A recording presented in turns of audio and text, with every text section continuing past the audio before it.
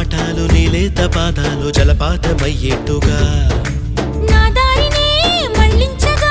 నీకెందుకు అంత పంతం మంచేతిలో ఉంటే కదా ప్రేమించడం